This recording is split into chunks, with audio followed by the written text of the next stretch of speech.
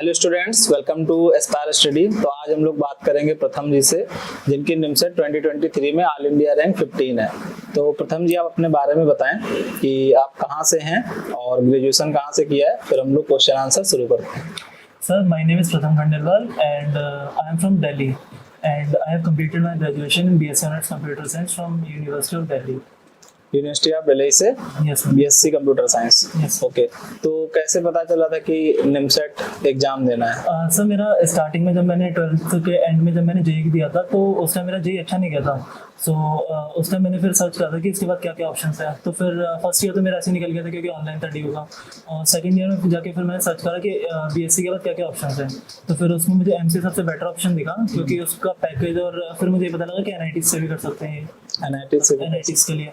और इसके लिए एक एग्जाम होता है निमसेट, और फिर मैंने उसको सिलेबस वगैरह देखा कि मतलब ये है कि इसे क्लियर कर सकते हैं अगर जेई नहीं करा तो फिर इसके बाद फिर मैंने इसके बारे में प्रिपेयर। अच्छा, मतलब मेनली ये था कि जेई में जब नहीं निकला तो आपने देखा कि और क्या ऑप्शन है, तो एमसीए को उसमें बेस्ट ऑप्शन दिखा। तो एमसीए जैसे बेस्ट ऑप्शन जब दिखा तो एमसीए और भी काफी सारे जगहों से होता है, ठीक है। नॉर्मली आईपीयू से भी हो जाता है और भी ऐसे कॉलेज से हो जाता है, तो ऐसा नहीं है निमसेट मतलब एनआईटी में ही एमसीए करना है ये? सर मैंने एमसीए इसलिए की थी क्योंकि मुझे एनआईटी का टाइप चाहिए था। जब मैंने अपने फ्रेंड्स वगैरह को देखा था जो उस टाइम जिन्होंने उस टाइम ड्रॉप लिया था और वो किसी एनआईटी में या ट्रिपल आईटी वगैरह में है, तो उस टाइम मेरे को भी लगा था कि एनआईटी होता तो बात अलग होती। फिर मैंने जब देखा कि एमसीए एनआईटी से कर सकते हैं तो फिर मैंने भी इसका प्लान बना लिया। तो फिर जब आपने प्रिपरेशन शुरू कर दी, प्लान बनाया, तो फिर मोस्टली को बच्चों का एक कॉमन क्वेश्चन होता है कि कौन सी बुक्स फॉलो करनी चाहिए। तो आपने कौन कौन सी बुक्स फॉलो की मैथ के लिए, लॉजिकल के लिए? सर मैंने मैथ्स के लिए टोटल सिर्फ आर्यन फॉलो की थी और आपके टेस्ट, बस उतना मेरे को सफिशिएंट लगा था क्योंकि मैंने सीनियर्स वगैरह से पूछा था, उन्होंने कहा था कोई भी एक बुक सेलेक्ट कर लो। और लास्ट ईयर के रैंक 16 पावन भी गया, उनकी भी मैंने गाइडेंस ली थी तो उन्होंने भी कहा था आर्यन से उन्होंने भी की थी तो आर्यन से क्लियर हो सकता है। और मेरे पास टाइम कम था क्योंकि मैंने लेट स्टार्ट करा था, तो फिर मेरे को आर्यन भी बेटर दिखी। और रीजनिंग के लिए तो मैंने आपके मार्क्स फॉलो करे थे। उसके अलावा रीजनिंग का टॉपिक्स है उस बुक के अंदर आर्यन के पीछे ही कुछ क्वेश्चन थे उसके, तो मैंने थोड़ा बहुत सॉल्व कर लिया। जब से सॉल्व किए थे। प्रिपरेशन कब से स्टार्ट की थी? सर मैंने आपकी टेस्ट सीरीज तो ले ली थी अगस्त में, 15 अगस्त में जब प्रैक्टिस कोर्स आया था लॉन्च हुआ था। बट ये फिर उस टाइम मेरी इंटर्नशिप स्टार्ट हो गई थी 3 मंथ्स की, तो उस टाइम मैं ज़्यादा टाइम डिवोट नहीं कर पा रहा था। तो फिर उस टाइम तो मैंने ये था कुछ चैप्टर्स कर लिए थे, बट फिर मेन जब नवंबर दिसंबर लगा तब फिर क्योंकि मेरा 5th सेमेस्टर तब ओवर हुआ था, तो मैंने उस ब्रेक के बीच में फिर मैंने मेन प्रिपरेशन स्टार्ट की सीरीज। मतलब ज्वाइन कर लिया था 15 अगस्त से और फिर सितंबर अक्टूबर से मैंने बीच में कुछ चैप्टर्स कर लिए थे, रिव्यू वगैरह थोड़ा। अच्छा, सितंबर अक्टूबर से मेन कंसिस्टेंसी वाली पढ़ाई की। तो कितने स्कोर हैं आपके याद है? मैथ में कितना स्कोर है? सर मैथ्स में अराउंड 420 है। रीजनिंग में मैंने कौन से टॉपिक स्किप कर दिए थे क्योंकि मुझे पता था कि 5-6 क्वेश्चन आते हैं, बट इस बार 30+ क्वेश्चन आ गए, तो मेरा रीजनिंग का स्कोर ज्यादा अच्छा नहीं रहा, उसमें मेरे 99 रह गए। और कंप्यूटर के अराउंड 68 एंड इंग्लिश में मेरे 22 थे। इंग्लिश में ओवरऑल मेरा स्कोर 610 होना था। 610 मतलब 610 था, तो उससे रैंक 15 बनी। Yes sir. तो बाकी पढ़ने का शेड्यूल क्या था? क्योंकि जैसे आपको कॉलेज भी जाना होता होगा, पेयरिंग भी होता होगा, तो क्या स्ट्रक्चर रहता था कि कॉलेज के बाद कैसे पढ़ना है? मैं सर मेरे को वीक में 3 या 4 दिन तो जाना ही पड़ता था कॉलेज। जब मैं सैटरडे संडे ऑफ होता था तो मैं क्या करता था, जैसे 3 या 4 बजे मैं कॉलेज से आया तो 5-6 बजे तक मैंने अपना रेस्ट वगैरह करता था और 6 बजे से फिर मैं स्टार्ट कर देता था। और कॉलेज को मैं एकदम से स्टार्टिंग से नहीं इतना पढ़ता था, वो इधर जैसे कोई टेस्ट वगैरह हो रहे हैं या धीरे धीरे मैम ने चैप्टर्स करा दिए तो फिर मैं उसको साइड बाय साइड प्रिपेयर करता था। तो मैं करता था कि जैसे 6 से 12 मुझे अपना निमसेट पे ध्यान देना है और 12 के बाद जितना भी टाइम बचेगा वो मैं कॉलेज को दूंगा। 12 के बाद जो बचेगा वो कॉलेज का, तो वो तो हो गया। लेकिन कितनी देर मतलब कैसे पढ़ते थे मैथ, कितनी देर लॉजिकल? सर मैंने स्टार्टिंग में बस मैथ से फोकस करा था, उसमें मेरा टाइम नहीं दिखता था। मतलब उसमें मैं था कि मुझे टॉपिक करना है, उसमें 100 क्वेश्चन से एक दिन में करने तो वो करने। तो स्टार्टिंग में तो पूरा टाइम मैथ्स को देता था, बट जब जनवरी से मॉक वगैरह स्टार्ट हुए थे तो फिर जब मैंने देखा रीजनिंग मेरा स्कोर वही 100-150 जा रहा था, तो फिर मैंने धीरे धीरे जैसे 1-2 आवर मैंने देने स्टार्ट कर दिए धीरे धीरे। मतलब पहले मैथ धीरे धीरे लॉजिकल में मैंने फिर ये था कि आपके जो मॉक्स 10-15 हो गए थे फिर उन्हीं का एनालिसिस करता रहा बार। मतलब मॉक टेस्ट को ही रिपीट करके अगेन एंड अगेन लगाते रहते थे, ठीक है। तो जैसे जो रैंक है आपके 15 है, ठीक है, और टेस्ट में जैसे कभी नंबर कम भी आते होंगे, कभी ज्यादा भी आते होंगे, तो कितनी रैंक पहले से एक्सपेक्टेड थी कि हमारी कितनी रैंक आ सकती है? अंडर 100 100 200? सर एस्पायर में तो ये था कि मैं टॉप 10 और 20 के अंदर रहता था लास्ट के 1-2 मंथ में। तो इतना तो आपने शर्ट दे ही दी थी कि आपकी टिची मिल जाएगा, बट मेरे को फिर वही था कि टिची तो नहीं, बट ये एटलीस्ट 150 या 200 के अंदर रैंक लानी है मेरे को, कि अलावा तक तो अलॉट हो ही जाए। अच्छा, मतलब हाँ, ये तो हमने बोला था कि तरजीह तुमको मिल जाएगी, कोई दिक्कत नहीं है। लेकिन एक बच्चे को कॉन्फिडेंस नहीं, जैसे हमने पिछली बार भी सेशन में बोला था, पवन से भी हमने यही बोला था कि तुम 1 ला सकते हो, ठीक है। तो उसने बोला था कि सर हमारी यहाँ पे ही टेस्ट में जो है 20 रैंक आती है, तो वहाँ पे 1 कैसे आएगी?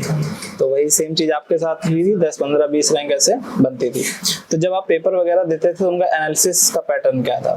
सर एनालिसिस क्या था, जैसे मैं मेरे साथ अपने साथ हेल्दी कंपटीशन रखता था साथ में, लाइक इस टाइम इस बार का रैंक 10 आ थे, और आयुष जिसके 300 कुछ रैंक है, और टेलीग्राम पे भी थे सिद्धार्थ, ये शान वगैरह, तो उनके साथ मैं हेल्दी कंपटीशन रखता था। कोई अगर मॉक हुआ तो मॉक के बाद मैं या तो इन्हें कॉल कर देता था, जैसे आदित्य को मेन, तो हम दोनों कॉल पे 1 या 2 घंटे पूरा मैथ्स का एनालिसिस करते थे 1 से लेकर 50 तक। अगर कोई क्वेश्चन मुझे नहीं आता था तो वो बताता था इसकी शॉर्ट ट्रिक है, या मैंने लॉन्ग मेथड से करा है, उसे नहीं आता तो मैं बता देता था। इससे ये था कि कॉल पे डिस्कस कर लो, तो फिर एक बार मतलब रिमाइंड ज्यादा रहता था। मतलब इससे ये चीज मतलब एक क्लियर होती है कि एक अच्छा फ्रेंड होना जरूरी है, और ऐसा फ्रेंड होना जरूरी है जो खुद मेहनत करे और आपको लिए भी मेहनत के लिए। और मेरी मॉक में भी ऑलमोस्ट रैंक सेम आते हैं, और इस टाइम भी ऑलमोस्ट सेम ही है। हाँ, इससे है, ठीक है। तो जैसे इस बार का पेपर दिए थे, और हर बार क्या होता था कि कट ऑफ जो जाती थी वो 650 700 नंबर जाते थे, 550 पर आकर रुक जाती थी।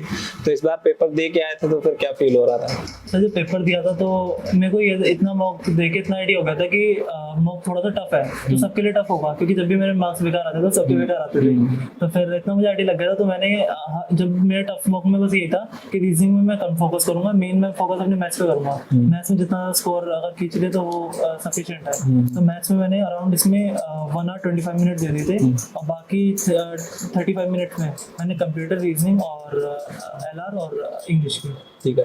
तो एक चीज और, जैसे क्वेश्चन कंप्यूटर में कम नंबर रह गए आपके, 60 नंबर, तो उसका रीजन? तो उसका रीजन ये था, एस्पायर के सारे क्वेश्चन आए थे, बट ये था मैथ्स से मतलब रीजनिंग वगैरह जब मैं करी थी, तो रीजन मैंने एंड टाइम दिया था उसको।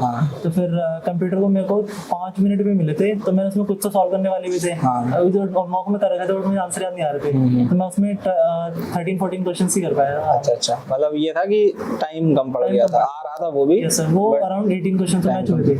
तो डीयू वाले बच्चों को क्या मैसेज देना चाहोगे आप, जो डीयू से पढ़ रहे हैं, तो वो एमसीए में निमसेट के लिए, क्योंकि बहुत सारे बच्चों को पता भी नहीं होता निमसेट के बारे में कि हमें इसमें कैसे आगे जाना है, क्या करना है, तो जो डीयू में पढ़ रहे हैं उनके लिए क्या कहना चाहेंगे? सर एक तो भैया, अगर जब आपको पता लगा है कि अगर निमसेट एग्जाम आप तभी से स्टार्ट कर दो, और अगर आप कॉलेज जा रहे हो डेली, तो कॉलेज का ये कर दो कि अगर जैसे अगर आपका मई में एग्जाम होते, क्योंकि मेरे भी 30 मई तक एग्जाम थे और 11 जून को निमसेट था, तो आप ये कर सकते हो कि मई से पहले अप्रैल तक आप अपना पूरा कोर्स फिनिश कर दो कॉलेज का, क्योंकि मई के टाइम पे पूरा उसमें निकल जाता है, प्रैक्टिकल्स होते हैं, वाइवा होता है, और अपने एग्जाम्स होते हैं। तो फिर इतना टाइम नहीं बचता कि निमसेट को पूरा जाने। मेरे पास भी बस इतना टाइम बचता था कि मैं एक मॉक डेली उसका एनालिसिस कर लूँ बस, उसके अलावा मेरे को सेल्फ स्टडी का टाइम नहीं मिलता था।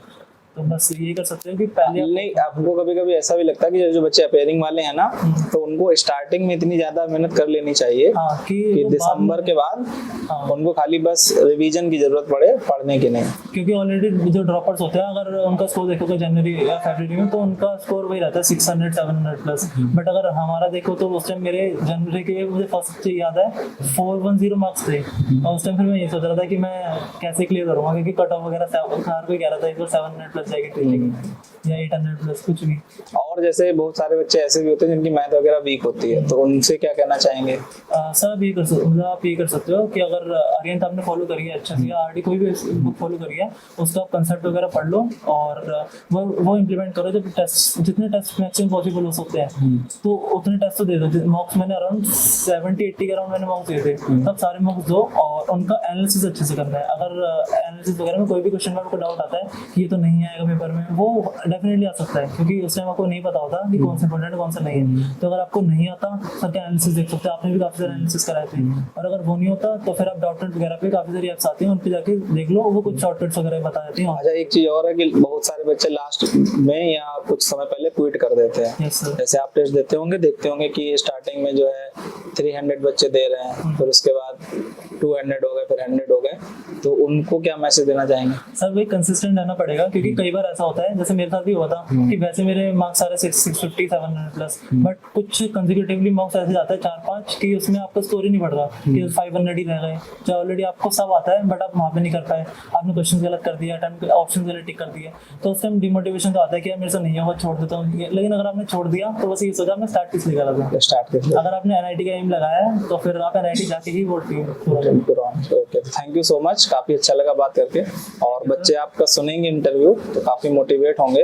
और इस बार तो जैसे आप DU से थे Yes. और 10 जो आदित्य थे वो भी DU से था, काफी बच्चे DU से थे, तो उम्मीद करते हैं कि अगली बार और भी बच्चे DU से होने चाहिए। Yes sir, definitely. Thank you so much. Thank you sir.